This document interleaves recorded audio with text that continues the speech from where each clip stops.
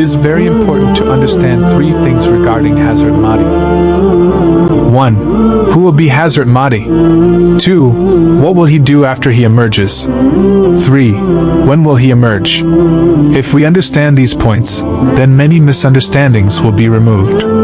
Whatever deviation has spread regarding this topic until today, or whatever negligence was shown, none of it will remain after we understand this. Who will be Hazrat Mahdi? Hazrat Mahdi will be from the Hassani Sadat. His name will be Muhammad or Ahmad, and his father's name will be Abdullah. The research scholar on the Madawiyat, Allama Sayyid Barzanji, says, I have not found any narration about the name of his mother. However, some scholars say that his mother's name is Amina.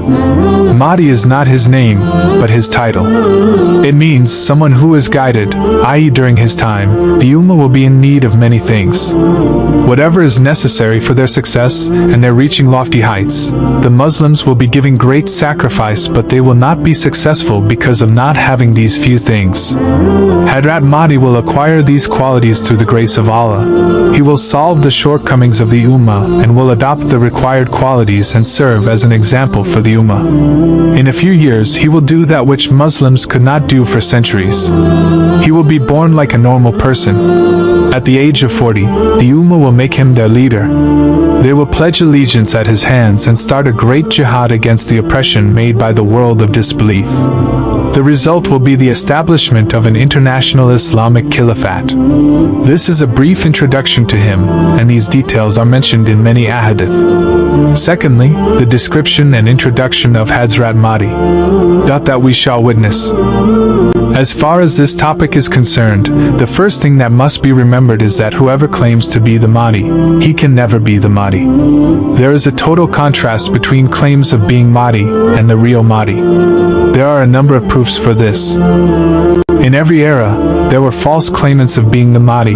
They went about spreading fitna. In our time also, there is no shortage of people who go about trying to take on this spiritual position for the sake of worldly benefit. Therefore, we shall try to mention a few strong proofs that will refute the fitna created by these impostors and false claimants. Firstly, Madawiyat is a spiritual position and rank. There is a famous saying amongst the senior scholars, in the field of Tasawwuf, the punishment of a claimant is to be hanged. Then, the Hassani Sadat got the bounty of the emergence of Mahdi because they gave up their permissible right. So now, what scope remains for the true Mahdi to make a claim to this great position? The detail of this brief statement is that the grandson of Rasulullah Sayyiduna Hassan showed great preference and handed over the right of Caliphate to Sayyiduna Muawiyah. He gave up his right only to create unity amongst the Muslims and for the sake of peace and safety. In lieu of this, at the end of time, when the Ummah will need unity and agreement, Allah will select a leader from his progeny in order to establish the Caliphate at a global level. This is because the law of Allah is that he who leaves something for the sake of Allah, Allah will give him or his progeny something much better. Subsequently, in lieu of handing over the Caliphate over a restricted area, the progeny of Sayyiduna Hassan will get the bounty of an international Caliphate. Secondly, the one who claims Madawiyat will be false because according to the explanation of the ahadith, a clear sign of him is that according to the way of the pious friends of Allah, he will turn away from accepting the position. 7 ulama from different areas, possibly from Pakistan, Afghanistan, Uzbekistan, Turkey, Sham, Morocco, Algeria and Sudan, will go out in search of the Mahdi. 310 people will pledge allegiance to each of them, and all of them will go out together in search of the person at whose hands the Ummah will pledge unitedly. He will be the central leader. Fitna will come to an end.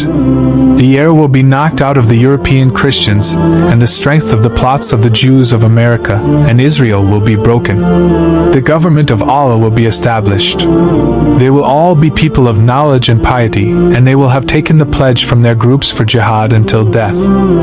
These 7 and scholars will join and search for the Mahdi in the Haramain Sharifain. When they will reach the Mahdi and all the signs will be found in him, they will ask for verification. Are you so-and-so, son of so-and-so? Hazrat Mahdi will hesitantly reply, I am an Ansari, i.e. someone who helps the religion of Allah. Saying this, he will quietly go away to Medina. These people will search for him and come to Medina. In order to be saved from them giving him the position of leader, Hazrat Mahdi will quietly go away to Mecca. These ulama will become restless, saying that they waged jihad throughout the world. They tried to reform. They gave every form of sacrifice, yet the destination is not coming within reach.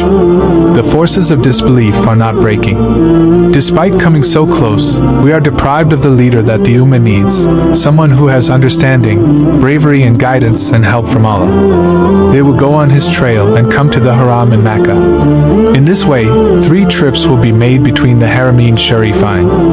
At the 3rd time, Hazrat Mahdi will go to the Hajar Aswad. He will cling onto the Kaaba.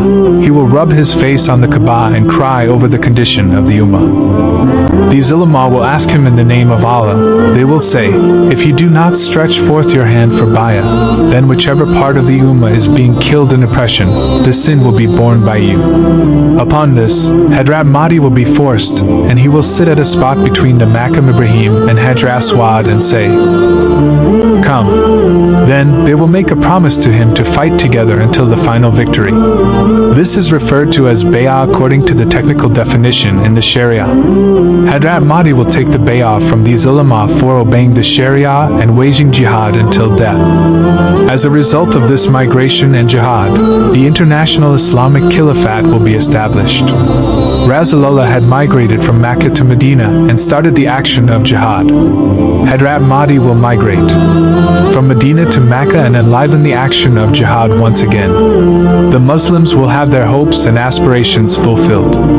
Thirdly, a strong proof that proves the false nature of those who claim to be the Mahdi is that before the Mahdi emerges, he will not be aware of his own position and status. He will be living the life of a normal person. Therefore, how can he make the claim of being a Mahdi? Sayyiduna Ali narrates that Rasulullah said, Mahdi will be from us, the Al-Bayt. Allah will bless him with the capacity overnight. A deep reality is opened up by means of this. And that is, some people in whose hearts Iman is weak will question, when Hazrat Mahdi will have such open fame, then how can he remain unrecognized by the general populace and the elite?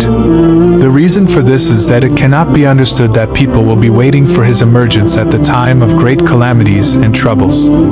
However, this sentence, Allah will bless him with the capacity overnight, has solved this difficulty.